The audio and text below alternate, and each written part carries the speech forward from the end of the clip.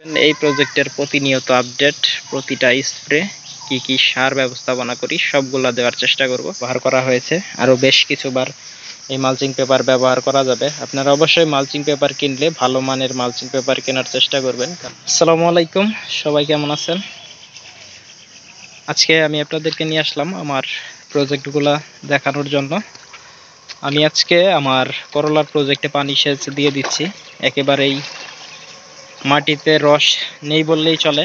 করলা গাছ রোদ উঠলে কিন্তু একেবারে নেতিয়ে পড়ে, সেই কারণেই আর কি পানি দেওয়ার জন্য আসলাম। বর্তমানে টাঙ্গাইলে করলার বাজার ভালো। আজকে আমাদের টাঙ্গাইলে 2500 টাকা দরে করলা বিক্রি হয়েছে। তো আপনাদের এলাকাতে কত টাকা মন বিক্রি হচ্ছে করলা অবশ্যই কমেন্ট করে জানাবেন। আপনারা জানেন যে আমার এখানে এয়ার মালিক সিডসের দুর্বার এবং কি আলিশা লাগিয়েছিলাম। দুর্বার এবং আলিশা দুটার ফলনই ভালো। আমি আপনাদেরকে দেখানোর চেষ্টা করব আজকে আমার প্রজেক্টের বর্তমান পরিস্থিতি। তো দেখতে পাচ্ছেন গাছের বর্তমান কন্ডিশন ভালো, কোনো রোগ ব্যাধি নেই। আমার এখানে মালচিং পেপারে করলা চাষ করা হয়েছে, আপনারা দেখতে পাচ্ছেন। এইখানে মোটামুটি চাষ করার পরে আর সার দেওয়া হয়নি। তো এইখানে ককটেল সার দেওয়া হবে। আপনারা ওই যে সামনেই দেখতে পাচ্ছেন যে ককটেল সার তৈরি করা হয়েছে। প্রত্যেকটা গাছের গোড়ায় 250 গ্রাম করে ককটেল সার দিয়ে দেব প্রত্যেকটা গাছের গোড়ায়। আপনারা আপনাদের প্রজেক্টে অবশ্যই ককটেল সার ব্যবহার করতে পারেন। ককটেল সারের কিন্তু গুরুত্ব অপরিসীম। ককটেল সার দিলে আপনাদের গাছগুলা কিন্তু রাতারাতি পরিবর্তন হয়ে যাবে। তো সেই কারণেই আমি এই ড্রামের ভেতরেই কিন্তু ককটেল সার তৈরি করা হয়েছে। ইনশাআল্লাহ আগামীকালকে প্রত্যেকটা গাছেই ককটেল সার ব্যবহার করা হবে। আপনাদেরকে একটু দেখানোর চেষ্টা করি যে আমার শসার প্রজেক্ট। এখানে আমার 20% জায়গায় শসা চাষ করেছিলাম রমজান মাসকে টার্গেট করে। এখানে আবার শসা চাষ করব এই পুরান জমিতেই। আপনারা অনেকেই আমার সাথে চাষাবাদ করেন আমার ভিডিওগুলো দেখে। কুরবানির ঈদকে সামনে রেখে যারা চাষাবাদ করবেন তারা অবশ্যই আমার ভিডিও দেখে চাষাবাদ করতে পারেন। আমি এখানে কুরবানির ঈদকে সামনে রেখেই শসা চাষ করব। তো এখানে দুইটা ভ্যারাইটি নিয়ে কাজ করব। আপনারা চাইলে আমার কাছ থেকে বীজ নিতে পারবেন।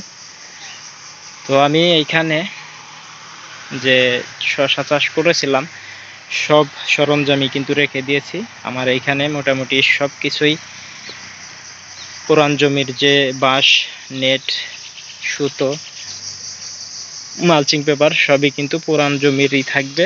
এখানে কিন্তু গত শসা চাষ করার পরে কিন্তু এখানে আমার 42,000 টাকার মতো খরচ হয়েছিল।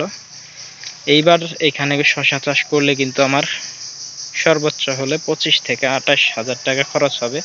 এই যে আপনারা দেখতে পাচ্ছেন এখানে কিন্তু নেট আমার আগের গুলা রয়ে গেছে, এগুলো আরো বেশ কিছুবার ব্যবহার করা যাবে। এখানে মালচিং পেপার এগুলা একবার ব্যবহার করা হয়েছে, আরো বেশ কিছুবার এই মালচিং পেপার ব্যবহার করা যাবে। আপনারা অবশ্যই মালচিং পেপার কিনলে ভালো মানের মালচিং পেপার কেনার চেষ্টা করবেন, কারণ ভালো মানের মালচিং পেপার যদি কিনেন তাহলে অনেকবার ব্যবহার করা যাবে। যেমন আমি আমার করলার প্রজেক্টে যে মালচিং পেপারগুলা ওইগুলা কিন্তু 3বার ব্যবহার করেছি, আরও বেশ কিছুবার ব্যবহার করা যাবে। তো আপনারা এই পাশে আরেকটা বিষয় আপনারা অবশ্যই খেয়াল রাখবেন। এই যে এইখানে আমার বাঁশগুলা রাখা হয়েছে মাচা দিয়ে। তো আপনারা আপনাদের বাঁশগুলা অবশ্যই মাচা দিয়ে রেখে দিবেন, কারণ এখন বৃষ্টির দিন বাঁশগুলা কিন্তু দ্রুত নষ্ট হয়ে যাবে। তো নষ্ট হওয়া থেকে রক্ষা করতে অবশ্যই উপরে আপনারা পলিথিন দিয়ে ঢেকে রাখবেন। যেহেতু এখানে মাচা দিতে প্রায় চারা লাগানোর 15 থেকে 20 দিন পর যেহেতু মাচা দিব, তো সেই কারণেই বাঁশগুলা খুব যত্ন সহকারে রেখে দিয়েছি। আপনারা ওইভাবে রেখে দিবেন। তো এখানে আমি 20% জায়গায় আবারও কুরবানির ঈদকে সামনে রেখে শসা চাষ করব। তো আপনারা যারা আমার সাথে শসা চাষ করতে চান অবশ্যই আমার ভিডিওগুলো ফলো করবেন। ইনশাআল্লাহ ভালোভাবে চাষাবাদ করতে পারবেন।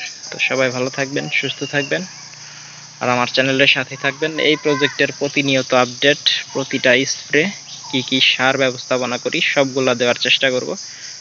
সবাই ভালো থাকবেন, সুস্থ থাকবেন। আল্লাহ হাফেজ।